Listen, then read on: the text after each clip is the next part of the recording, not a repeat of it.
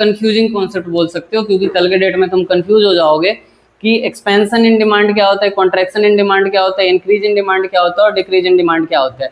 ये चारों ही नाम आपस में कंफ्यूज कर देते हैं बच्चों को कि क्या कैसे होता है। तो सबसे पहले हमारे पास जो फंक्शंस हैं, डिमांड के 5 फंक्शंस हैं ना, कौन कौन से, इंडिविजुअल डिमांड के 5 function, P X, P R, Y, T और ई, इन पांचों को साइड कर लो। अंगूठे को साइड रखेंगे और बाकी 4 उंगली को साइड रखेंगे।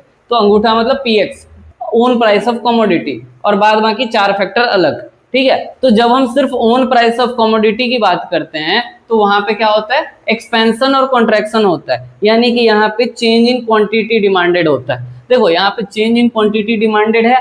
चेंज इन क्वांटिटी डिमांडेड का मतलब क्या हो गया कि movement along with demand curve. यहाँ पे डिमांड कर्व के साथ, जैसे प्राइस बढ़ता है तो डिमांड कर्व घट जाता है, प्राइस घटता है तो डिमांड कर्व बढ़ जाता है। ठीक है, तो यहाँ पे या तो डाउनवर्ड मोमेंट होगा या फिर अपवर्ड मोमेंट होगा। अभी हम दिखाएंगे तुम्हें। यहाँ पे डाउनवर्ड मोमेंट, देखो यहाँ पे डाउनवर्ड मोमेंट हो रहा है, ये डाउनवर्ड मोमेंट हो रहा है, और यहाँ पे अपवर्ड मोमेंट हो रहा है। तो डाउनवर्ड मोमेंट कब होता है और अपवर्ड मोमेंट कब होता है, तो एक्सपेंशन कब होता है, तो due to decrease in own price of the commodity. जब own price of commodity decrease हो जाता है, यानी कि गुड्स का अपना प्राइस क्या होता है, कम होता है। तो जब प्राइस घटता है तो डिमांड बढ़ता है ना, तो प्राइस घटेगा और डिमांड बढ़ेगा, तो इसको क्या बोलते हैं, एक्सपेंशन इन डिमांड बोलते हैं। याद रहेगा, एक्सपेंशन इन डिमांड बोलते हैं। और जब प्राइस बढ़ता है, increase in own price of commodity, तो जब इंक्रीज होगा हमारा प्राइस तो डिमांड क्या हो जाएगा, घट जाएगा, तो उसको क्या बोलते हैं, कॉन्ट्रैक्शन इन डिमांड बोलते हैं।